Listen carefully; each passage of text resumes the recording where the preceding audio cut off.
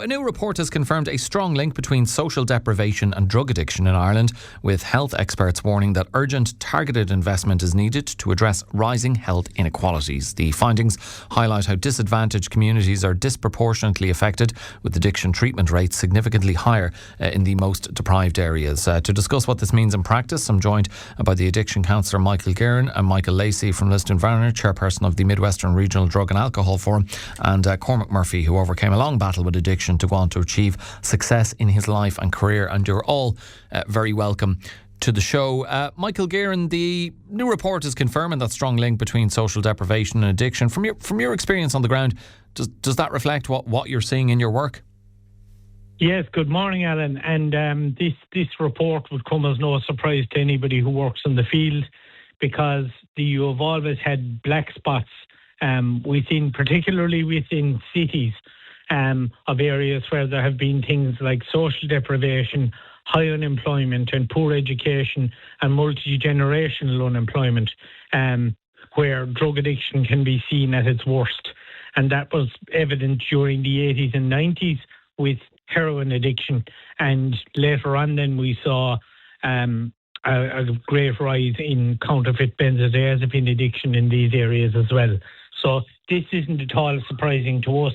I think it's worth mentioning at this point that health outcomes across the board, including addiction, but in regards to everything else as well, and life expectancy and so on, are lower in these areas because of a lack of resources and a lack of inward investment into these places for years and years and years. So none of this is surprising to me, and I doubt it would be surprising to anybody who is working in the field of addiction rehabilitation.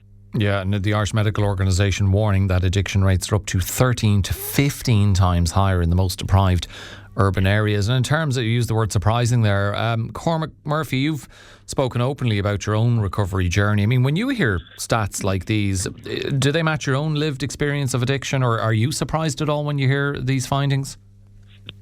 Hey Adam, good morning. I'm not really surprised, to be honest with you. Look, my addiction started really when I moved to New York in 2016. But there was certain patterns when I was living in Ireland, and one thing that stood out to me, and even going through recovery and addiction, and because I went to rehab in 2020, and I had several relapses after. But since I've been to rehab, there's been, I've had 3 friends I've grown up with, 2 guys I went to school, 1 guy I was in recovery with that's since passed, and that's just Ennis alone, So I think, for me, when I was in Ireland, like for me, there was still a culture where there was a lot of emotional struggles, and that get buried inside, and if people struggle to speak about that openly, and that was for me, there was a lot of guilt and shame around my addiction and drug use, and that kind of held me back from speaking out about it for the first couple of years, So I think there still is a stigma back home, and those numbers don't really surprise me. But I think, there's always going to be a shift in the right direction once we start talking out about it a bit more, Yeah, hopefully so. And Michael Lacey, the report is arguing it's a systemic issue that requires major reform. From your perspective, where do you think the biggest gaps currently are in terms of services or policy? I mean, are we still too reliant on crisis intervention rather than early prevention and community-based supports? Alan, how are you? Thanks for having me on. First of all, I'm the retired chairperson of the Midwestern Regional Drug and Alcohol Forum. Jim Finn from Nina is the new chairperson.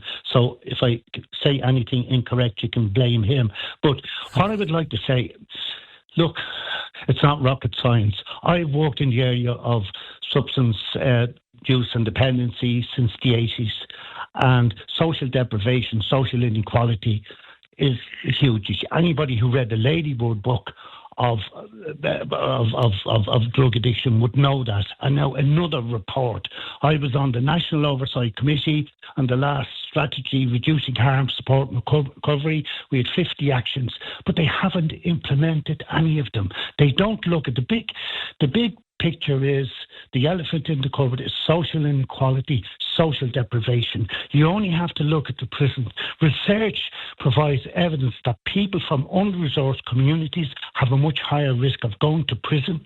Poverty increases the risk of early school leaving, unemployment, trauma, poor mental health, housing, instability, substance use, limited access to supports.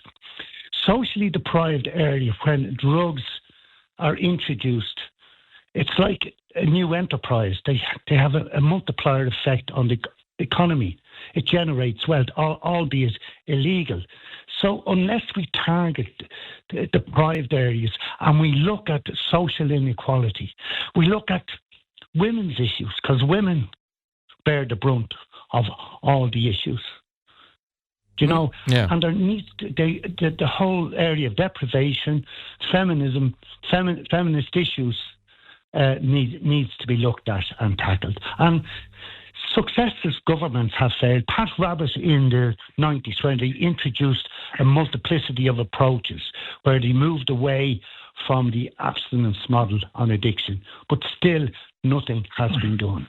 And they're waffling on and new reports, and they're not looking at this whole area of social inequality. Sorry if it's a rant. I'm just my patients are completely exhausted with this new research coming out.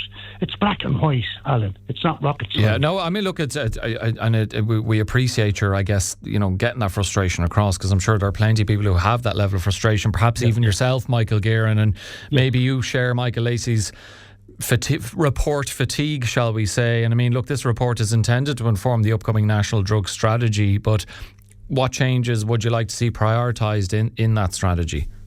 Well, I'd agree with Mick Lacey when he says we're knee-deep in reports. And we're also knee-deep in reports that haven't been acted upon.